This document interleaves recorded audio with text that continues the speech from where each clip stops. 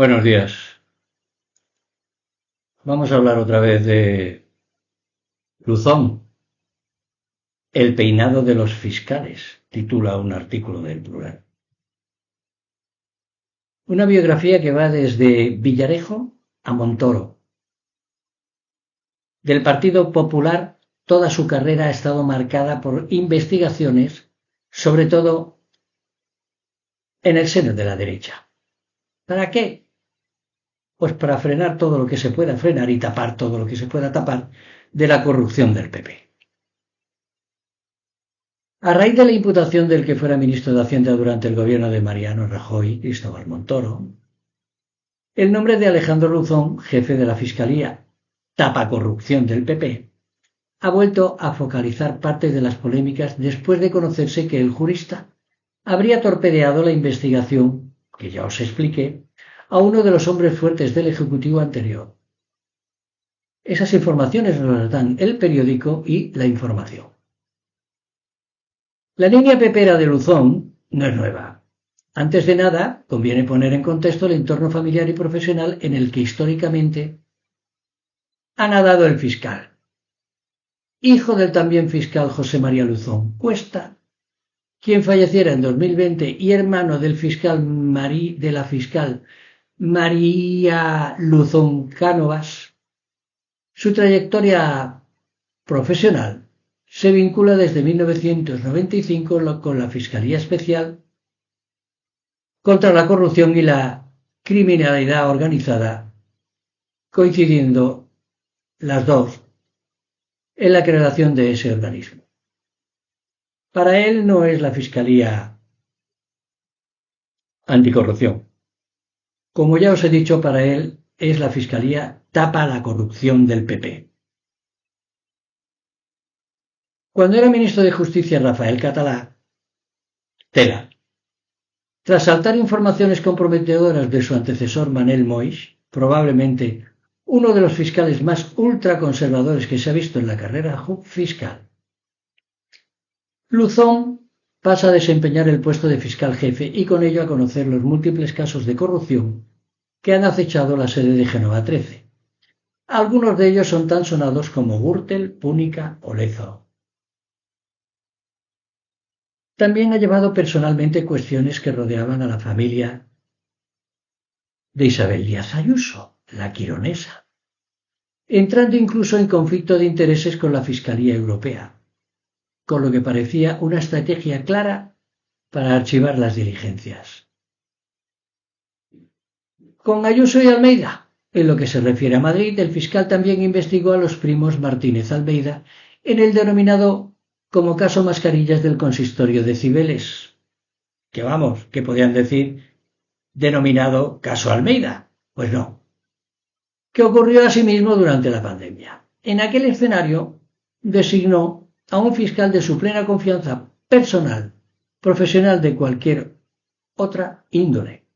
Daba la casualidad que en la década de los 80, en el Boletín Oficial del Estado, publicaba el nombramiento de Luzón como fiscal anticorrupción y aparecía a su vez el de Luis Rodríguez Sol como abogado fiscal. Desde entonces trabajaron juntos en varias ocasiones hasta la llegada de otros nombramientos. Y a nivel nacional también ha intervenido en el denominado caso Villarejo.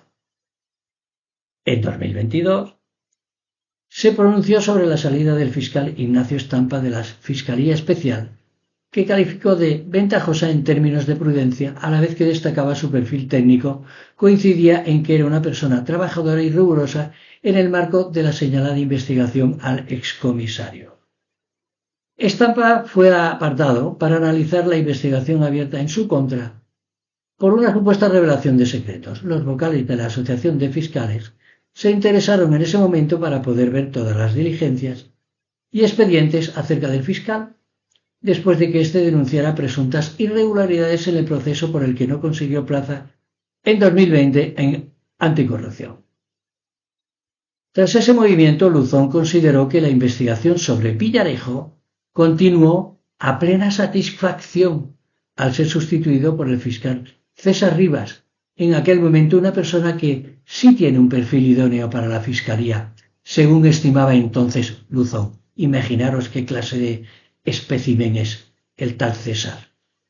Si hablamos del perfil que queremos todos para la Fiscalía Anticorrupción de Prudencia y Reserva, su sustitución por César de Rivas es tremendamente ventajosa, decía Luzón. Algunos de sus casos más mediáticos, otros casos mediáticos que ha llevado el protagonista de estas líneas, ha sido el de Juan Carlos de Borbón, de Mario Conde, el de Luis Roldán por la sustracción del dinero de la Guardia Civil o las causas contra Corcuera, Barrio Nuevo y Vera. Si se ha de apuntar, que sea a la izquierda. Si se ha de tapar, que sea a la derecha. En la más rigurosa actualidad, Luzón ha vuelto a ser mediático por casos como el del ex número 3 del PSOE, Santos Cerdán, al que hay que señalar, al que se opone a dejar en libertad alegando que podría ocultar, alterar o destruir pruebas, pero no registran la vivienda de Cerdán, porque si lo hace lo tendría que dejar en libertad. Respecto de Montoro, el fiscal limitó la investigación y se opuso a abrir diligencias que otras voces jurídicas consideraban necesarias para el correcto desarrollo del análisis, como es el caso de Carmen García Cerdá, de la que ya os hablé, una heroína a la que tuvo la desfachatez incluso de sancionar con 1.000 euros por no hacer lo que a él le daba la gana, que era tapar la corrupción del PP.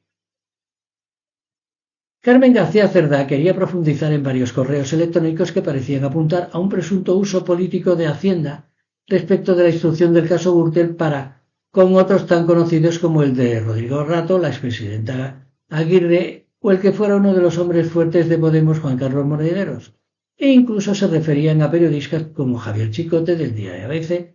Según publican varios medios de comunicación, García fue multada con 1.000 euros, como os dije, por una falta grave de desobediencia y finalmente fue apartada del caso, que era lo que desde inicio buscaba este sinvergüenza. Y ahí tenemos al fiscal Luzón, anticorrupción, cuando es tapa corrupción del PP. Y pon todos los palos en las ruedas a los fiscales que estén investigando al PP. Así está la Fiscalía Anticorrupción.